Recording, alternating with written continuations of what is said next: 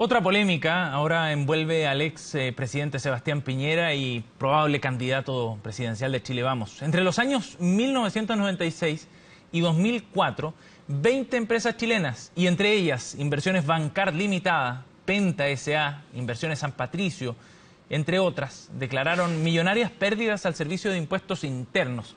Sin embargo, lo que en esa época hubiera parecido el resultado de una crisis económica, de un mal manejo o mala gestión de estas empresas, en realidad era un mecanismo para evadir impuestos.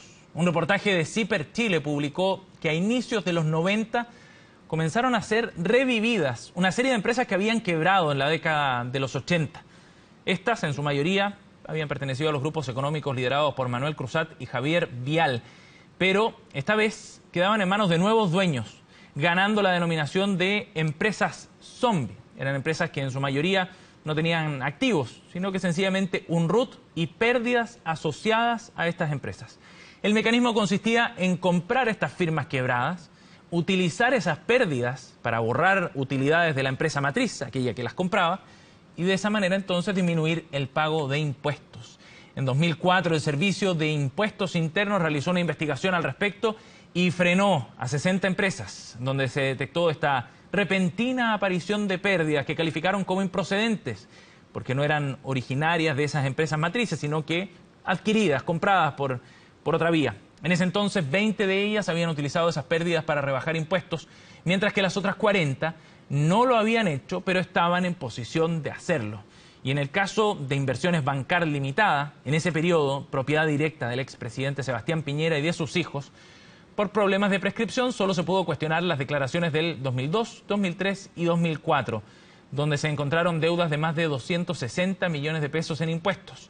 En esos años la empresa había declarado pérdidas por 980 millones, pero el Servicio de Impuestos Internos había detectado utilidades por otras 547 millones.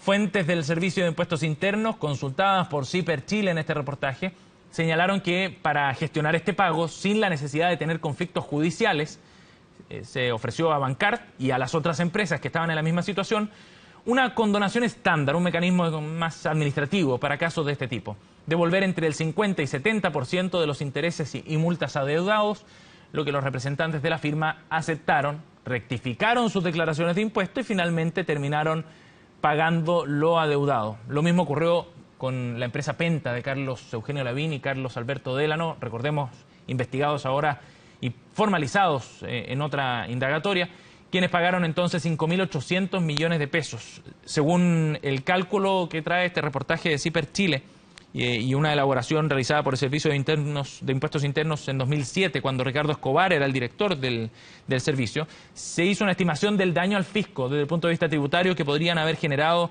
estas empresas. Y la cifra es impactante: 1.036.000 millones de pesos, tanto por reducción de impuestos como por tributos que las empresas hubieran tenido derecho a recuperar. Poniéndolo en dólares, cerca de 1.500 millones de dólares que el Estado habría dejado de percibir si es que este mecanismo tributario hubiese sido efectivo. Y según abogados tributarios, en todo caso, en estos mecanismos no habría nada de irregular. Pese a lo cual el Servicio de Impuestos Internos actuó. CIPER Chile revela además en esta nota que intentaron comunicarse con la oficina del expresidente Sebastián Piñera el 6 de marzo, le informaron del tema que estaban indagando y se buscaba conocer la versión, por cierto, del uso que hizo Piñera de al menos 4 de estas empresas zombies. Sin embargo, ni en esa ocasión ni en otras 5 intentos por contactar con la empresa Bancard hubo respuesta de parte de aquel brazo de inversiones de la familia Piñera.